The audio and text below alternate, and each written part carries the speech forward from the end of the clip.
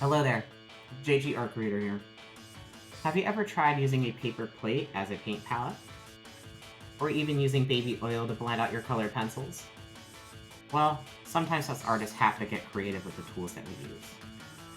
And some of those tools happen to be things that are lying around our very own households, watching us everywhere.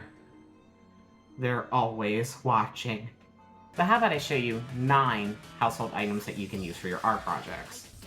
I'll even tell you the pros and the cons of each item as we go through the list. So let's get into it. So first, before we begin, I would like to make an apology. Mom, I'm sorry that I used way too many of these during college. I was just too lazy to buy a paint palette. Our first item on the list is a paper plate. So if you didn't have a paint palette, these would work really well with your acrylic paints. I used a lot of paper plates back in the day. If I remember correctly, I think I would even bring paper plates to college. I think I might have gotten judged by a few classmates for that. A pro for using them is that they aren't too pricey, and they usually come in a huge pack depending on the brand. Heck, they even have different colors if you prefer working with toned palettes. However, while they did their job really well back in the day, I gave up using them for 2 reasons. One, if you ran out of plates, then you would have to restock and buy them constantly. It would get especially annoying if you grew up in a family like mine, where paper plates were used constantly. Second, if you paint a lot and keep using them up, because you would be throwing them away constantly, you would be creating a lot more waste and filling up the garbage can quicker. I'm no Captain Planet or anything, but even making that much waste would make me feel bad. In the end, while these can be neat to use, especially if you're only a hobbyist, if you do end up painting more consistently, just invest in a paint palette. They are relatively cheap, and you could always wash them out. Now, I love coffee. So much so that I think my body has become way too dependent on caffeine. I need it, man. I'm starting to tweak out over here. So what do you do when you have too many coffee mugs lying around the house? Why, use them for art supplies, of course. I use them mainly to store my paintbrushes. I have one for my watercolor brushes, and Doodlebob here for my acrylics. I just realized using Doodlebob is too appropriate. He's an art piece himself. I mean, he's just a stupid drawing.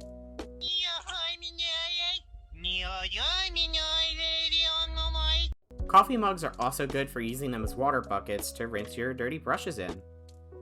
So the pros, they can be reused over and over again, they are great for holding materials, and can also hold water for rinsing brushes. The only con I can think of is you really can't drink from it again. But honestly, I think it's best you never drink from the same mug that had dirty paint water to begin with. In all of my years of making art, it wasn't until about a year ago that I actually started using this supply. And let me tell you, it is a Game changer. This is a water spritzer.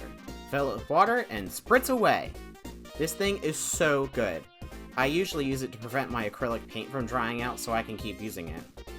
But with me experimenting with watercolor recently, it's great for reactivating the paints and even adding a cool texture if I really wanted to. This thing is a must, especially if you're painting with watercolor and gouache.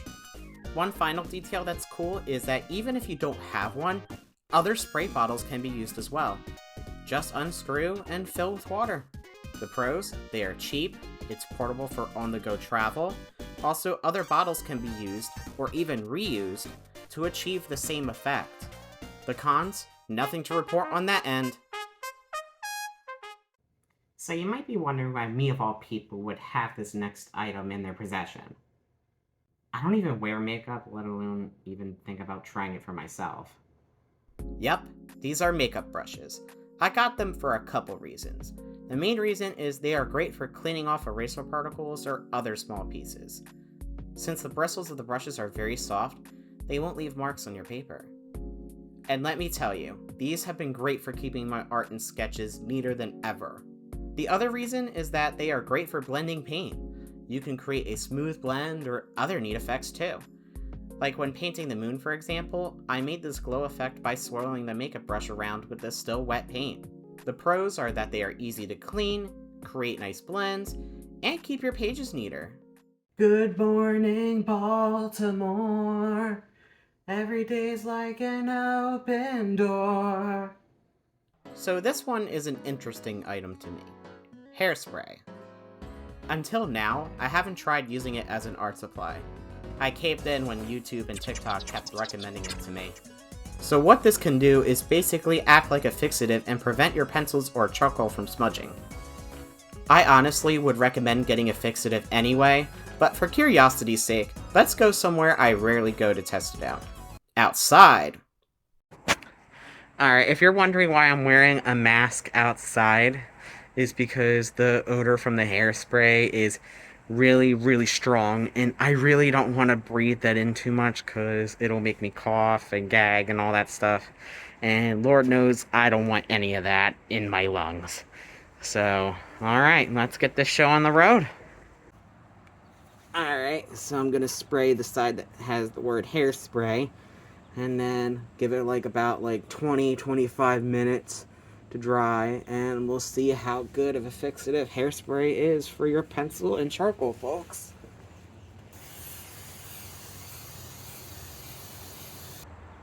Alright, all we gotta do is give her some time to dry, and we'll see how good of a fixative this hairspray really is.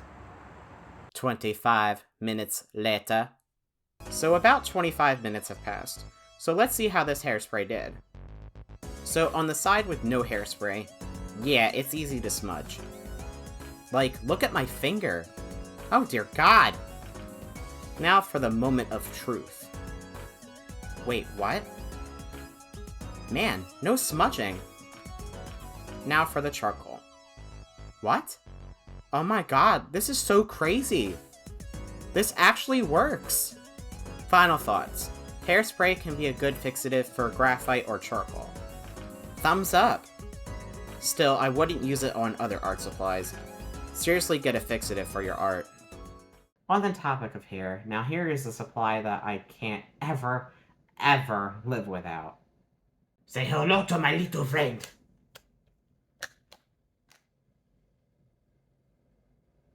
It's not plugged in, is it?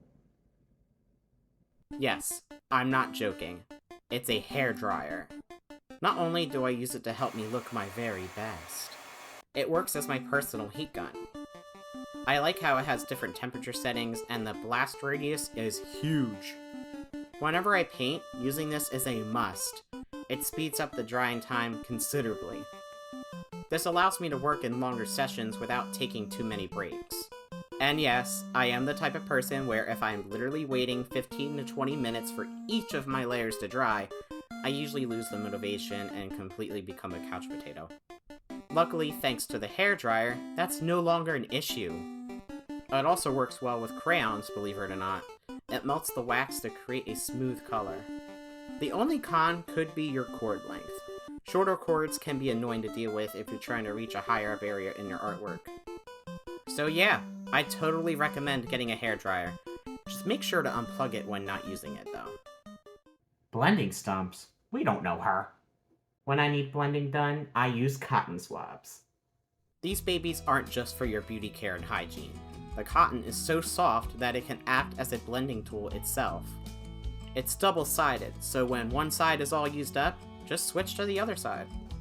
Honestly, at least for me, they are slightly easier to use than blending stumps. And plus, since they are cotton swabs, I don't feel too bad for throwing them away. They're not like paper plates where they'll pile up very quickly. Also, you can even get them at places such as the dollar store, so pricing isn't an issue either, which is great. All in all, use them for blending. I totally recommend giving them a shot. So, I know that these are two completely different items. However, since they both do the same thing anyway, I decided to classify them as one item altogether. We have baby oil and rubbing alcohol. I didn't buy these for their original intended purpose. Actually, that's a lie. I had a really bad scrape and had to get the rubbing alcohol to help with that. I use these guys to blend my crayons and colored pencils. And let me tell you, these are awesome. I think the rubbing alcohol does a better job with colored pencils, but the baby oil has helped me a lot and is better with crayons. I like to switch between the two to use them both up. Also, they are pretty cheap supplies to get. The only thing is that they can be messy, and using too much can soak through the paper. So be mindful when applying them to your surface. No joke, get these. Your blending will improve dramatically. Hey you! Me? Yeah, you! Trying to get rid of your Mario Valentine's tin? Yeah? Well, don't you dare, because do I have the solution for you? And what's that? You can use it as a carrying tin for your crayons! Really? Tell me more. Well, my clueless friend who hasn't gotten the simple point, Hey! instead of throwing away your metal candy tins, stuff them with crayons. Since it's metal, you don't need to worry about the tin breaking. Also, if you want to color on the go and bring lots of crayons, it's the perfect size, and it also helps the environment by recycling! But wait, there's more! This not only works for this tin, but it could work with other tins such as Altoids or other metal tins. So what are you waiting for? Go give it a try, and tell everyone else to give it a shot too! You got it. Hey guys, I have to tell you.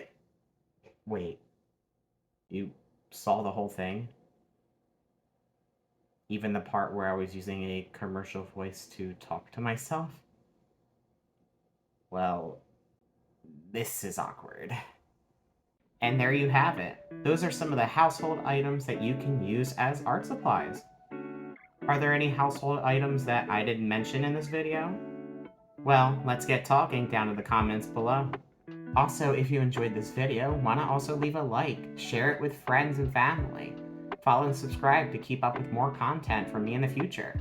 I really enjoy making videos like this, and believe it or not, your ongoing support really helps a lot. Anyway, this has been JG Art Creator, and I'll see you guys in the next one. Bye!